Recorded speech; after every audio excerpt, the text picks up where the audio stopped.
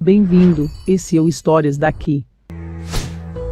Edmilson Ferreira dos Santos, ou mais conhecido Coroa, Sassai Samuca, sucessor das comunidades do Linho no Complexo da Maré e integrante da facção ADA, seria o líder da facção nas ruas, antes de ser preso no Complexo da Maré.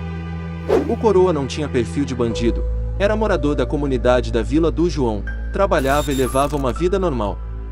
Mas teria arrumado uma desavença com o chefe do tráfico na época.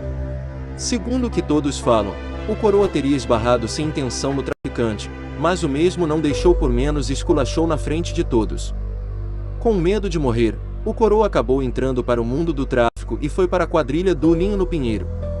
Há 11 anos ele é traficante apontado, o maior líder da facção ADA, e acusado de comandar o tráfico em pelo menos 17 favelas do Rio de Janeiro na época.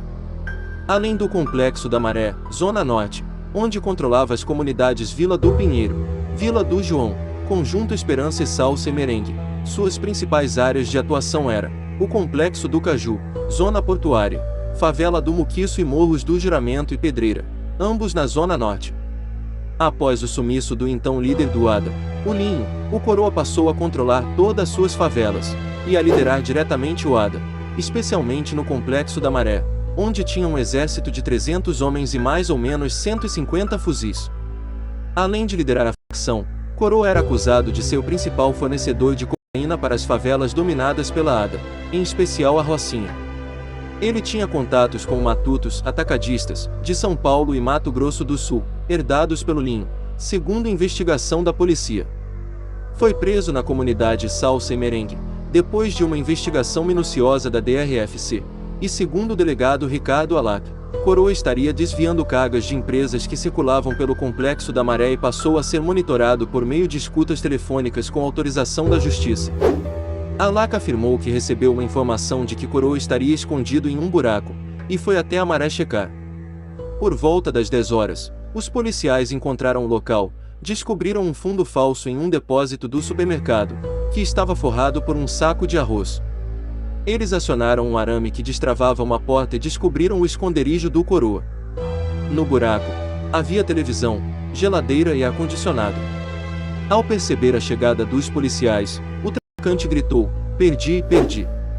Coroa estava na companhia do seu braço direito, o traficante identificado apenas como Puma, chefe da quitanda, que foi detido também.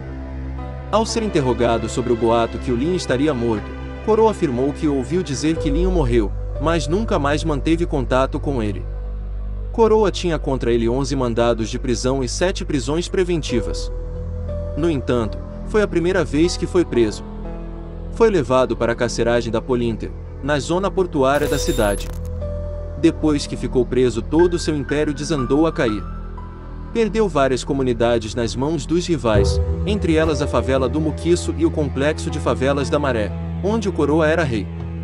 Depois de preso, ele colocou traficantes para cuidar das suas comunidades, mas os traficantes não souberam administrar, e muitas mortes e vacilação aconteceram e seu império foi caindo aos poucos. Até que em 2009 a facção TCP deu um golpe fatal no Coroa. Expulsou seu bando da Maré, e o Coroa perdeu uma mina de dinheiro no tráfico de drogas na Maré. A facção ADA não tem um líder só, cada morro tem seu chefe para venerar. Nem todos da facção consideram o Coroa como líder, e seu principal domínio é no Complexo da Pedreira em Costa Barros e o Complexo do Caju. O traficante playboy foi encarregado de tomar conta dos negócios do Coroa, enquanto ele não ganha liberdade. O playboy seria o general do ADA do Coroa, na onde recebe as ordens de invasão. Há quem diga que falta pouco para o Coroa ganhar liberdade, mas acredito que pode durar mais uns 4 anos. Sem muita certeza cronológica, o mundo do Coroa começou a cair na facção ADA, após uma suposta união com o Terceiro Comando Puro, uma segunda tentativa de acalmar duas facções que são praticamente irmãs, e derrotar de vez o Comando Vermelho. No entanto, nem tudo que parecia uma parceria poderia ser considerada boa para ambos, e os chefões da Pedreira, Lagartixa, Quitanda e Terra Nostra viraram amigos dos chefões de Acari. Como relatei acima, sem certeza cronológica dos fatos, houve uma intensa discussão entre o Fera, chefão da Quitanda, e o Coroa, chefão da Pedreira e Lagartixa. O teor da discussão eram os constantes roubos na região de Costa Barros, crimes que estavam esbarrando na ficha criminal do Coroa, por ser o chefão da maioria das comunidades, podendo aumentar seu tempo na cadeia e brecando qualquer possível saidinha. A ordem era parar com os roubos, em Costa Barros, e quem apenas atendeu foi outro chefão daquela área, o Arafat, preso, que, na época estava em liberdade, e entendeu como isso poderia prejudicar os negócios, porque roubos de cargas estavam dando muita mídia. Arafat ordenou que parassem os roubos no Jorge Turco, comunidade que ele abastecia na época, e aconselhou que não atravessassem cargas para o seu território na Terra Nostra ou Terrinha, e no final, outra área comandada por ele. Mas o que poucos sabem é que, mesmo na idolatrada gestão do Playboy morto, no Complexo da Pedreira, os chefes nunca andaram em harmonia e sempre eram atravessando o lucro do outro. Playboy defendia completamente os lucros em roubos de cargas e cigarro, uma atividade que ele montava uma máquina de fazer dinheiro e bancar guerra para o ADA. Já o Arafat, por ser mais antigo, entendia que poderia ser lucrativo, mas era moderado, porque sabia que hoje em dia existe internet e a informação chega fácil. Qualquer ação era matéria de jornal e mais uma anotação na ficha corrida. Arafat e Playboy eram apenas parceiros de negócios em Costa Barros. O Arafat respondia por ele mesmo e o Playboy era um homem de confiança do Coroa, portanto, qualquer passo ele deveria ser notificado. O Playboy sempre foi comunicador e simpático com o Samuca, e nunca lhe dava um não para nada, sendo assim, desde a época que sai da cadeia em 2009 e foi assumir a pedreira, tinha 100% da confiança. Nos últimos meses até o seu final em 2015 no Morro da Pedreira, o Playboy tinha carta branca com tudo que era do Coroa que pensava numa aposentadoria futura. Mas sabemos como foi o final, e no Rio de Janeiro, bandido não tem história de sucesso a longo prazo. Tem quem diga que tudo que aconteceu com a facção ADA, quase acabando, começou depois da queda do Playboy em 2015, porque ele sempre defendia a ideologia de unir a sua facção, mas existiam alas que eram contra, principalmente o Samuca, e contra o Playboy. Não é por menos que até hoje tem quem defenda que ele foi x-noviado no Morro da Pedreira. Mas porque o Samuca foi expulso do ADA? Simples, em 2017, o assunto do momento eram os massacres entre facções nos presídios do Brasil, mas em Costa Barros, estava acontecendo um desenrolado que decretaria o fim do ADA, praticamente. Como relatado acima que os roubos eram as principais atividades financeiras do ADA em Costa Barros, a comunidade da Quitanda tinha os assaltos como lucro número 1.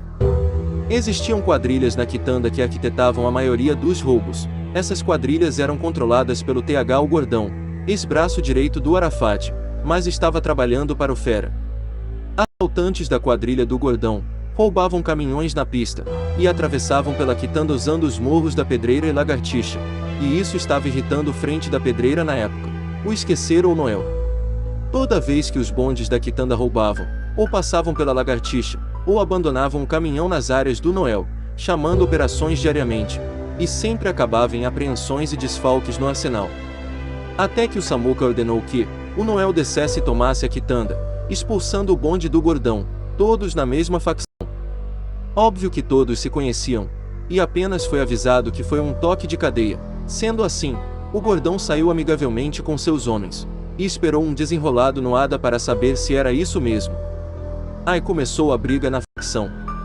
Segundo informações, o Samuca pediu para descerem na Quitanda, alegando que a comunidade era dele e ele deu para o Fera porque eram amigos, e estaria pegando de volta porque estava sendo prejudicado. Claro que era um motivo, mas no meio da bandidagem isso não é aceito em qualquer facção, daí a briga formou e cada um tomou um lado.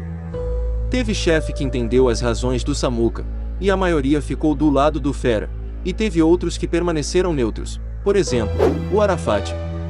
Até que a decisão maior veio da Vila Vintém, o Trevão, por ser mais antigo na facção, decidiu que isso era um golpe, porque o Coroa também lucrava com os roubos e isso não era motivo para tomar uma comunidade parceira.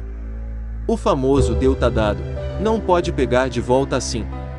E decretaram, a partir daquele momento a Pedreira, Lagartixa e Caju, não eram mais comunidades pertencentes ao ADA, até que o Noel se retirasse da Quitanda. As comunidades seriam consideradas neutras até a última ordem. Por incrível que pareça, nas ruas o clima não era de tensão, porque sabiam que era um erro do Samuca e tudo iria se resolver, mas nos presídios, Pessoas presas em alas do ADA estavam indo para o seguro ou celas neutras também. Naquela época, em 2017, já comentavam que o Samuca poderia ir para o CV, porque no TCP, todos os chefões não aprovam ele, por causa do Complexo da Maré em 2009. Ultimato. Dizem que existiu uma ordem final, vinda Vintém com selo de aprovação de todos os chefões do ADA naquela época, inclusive do São Carlos, outros que odeiam o Samuca. A ordem era, ou devolvem até tal dia, ou iriam subir e tomar a pedreira na marrã. Mas o que muita gente esqueceu que, os homens que trabalhavam para o Coroa na pedreira, Lagartixa e Caju, eram parceiros do São Carlos, Vintém, Macacos e Rocinha, e naquela época, por causa do envolvimento do NEM com o Fernandinho do Dendê, eles estavam arquitetando uma parceria entre ADA e TCP, apenas para manter os negócios e a paz. Na época, as autoridades apontavam que essa união foi uma negociação feita com o PCC, para manter a paz no Rio de Janeiro, e focar apenas o Comando Vermelho como inimigo. Lembrando que naquela época, o PCC e CV tinha rachado, por conta de brigas na distribuição das fronteiras. Parece um jogo de conspiração, mas se ligar os pontos dos casos que estão por vir, pode até ter uma razão lógica. Assim que o Celcinho decretou a pedreira como inimiga, o Raro, na época apenas frente, disse que apoiaria a Vintém, Rocinha e São Carlos, e expulsaram o Coroa. Nas ruas, entendiam que o Raro montou um golpe com os chefes do ADA, mas como todos foram a maioria contra o Coroa, meio que não teve importância. Ele só teve apoio de alguns poucos de Niterói e São Gonçalo. A segunda união entre TCP e ADA, meio que se formou no meio dessa briga em Costa Barros, e dizem que os cabeças da união foram os chefes do Dendê, com homens de confiança do NEM, São Carlos e Macacos. O Raro, como era parceiro do Rogério 157, Scooby e Empada, entrou nessa dança. Essa união foi meio estranha, porque pareciam ser mais TCP do que união ADA-TCP, e para os moradores, algumas barreiras foram quebradas, por exemplo, Acari e Pedreira, as fronteiras foram abertas nessa época. Mas o fim dessa união mesmo foi na Guerra da Rocinha, no golpe aplicado pelo Rogério 157 no NEM. E onde entra o Coroa nessa história? Simples, não entra. E os traficantes que eram amigos do Celcinho, convenceram em voltar ele pro ADA, alegando que todos que queriam a saída do Coroa da facção, pularam para o TCP, ou seja, não estavam nem aí para o ADA. Mas o Coroa voltou sem nada, porque a pedreira e Lagartixa estava nas mãos do Raro, e ele TCP. O Caju estava nas mãos do Bob, e ele seguiu o São Carlos e pulou também, mesmo sendo um homem de confiança do Coroa. Como forma de ajudar, o Celcinho entregou alguns lucros do Bata para o Coroa, e o Carré deixou alguns soldados dele ficar no Morro da Coroa.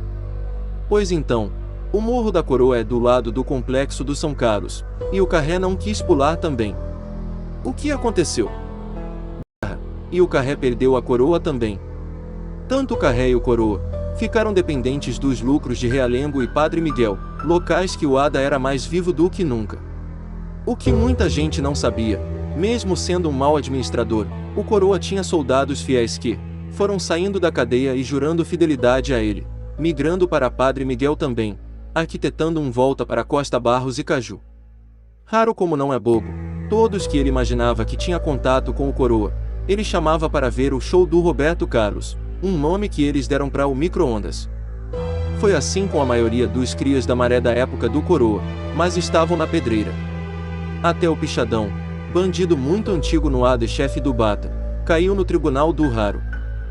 Pensávamos que uma hora ou outra, o bonde do Coroa iria se formar novamente e iriam invadir o Morro da Pedreira e Lagartixa e expulsar o Raro. Mas tinha um problema: como eles iriam montar a base para uma guerra, se apenas de ADA naquela época tinha o Morro do Urubu e Complexo do 18. Pra azar do ADA, até o Urubu perderam, e hoje está nas mãos do CV também. Nessa treta de logística de guerra, apareceu o CV na vida do ADA, negociando para que pulassem para o lado deles contra o TCP. Tentaram fazer a cabeça do Celcinho e do Piolho, chefão do 18, deixando de lado as desavenças do passado, pensando apenas no futuro. Até carta branca os frentes da Vintém tiveram no Complexo da Penha, e foram vistos por várias vezes por lá. Nem assim conseguiram convencer a Vintém a virar CV, antiga facção do Celcinho. Ele alegou que seu negócio não precisa de facção, mas se quisessem firmar um acordo de paz, era cada um para seu lado. Todos pensaram que a divisão de territórios entre facções iria ficar dessa forma, cada um para seu canto e todos contra o TCP. Coroa decidiu pular. E tem mais. Comentários apareceram que bandidos que estavam na vintém eram do seu bonde, estão no Chapadão, perto da Pedreira. Uma notícia que corre nas comunidades chamou muita atenção nesse. Segundo informações, o traficante Samuca ou Coroa foi mais um que largou a facção Amigos dos Amigos, ADA, e se aliou ao Comando Vermelho, com o intuito de retomar todos os seus territórios perdidos em meados de 2003 até os dias atuais. Virem membro do canal por apenas R$ 2,99. Histórias e vídeos novos todos os dias com imagens exclusivas que garanto que dificilmente você já viu.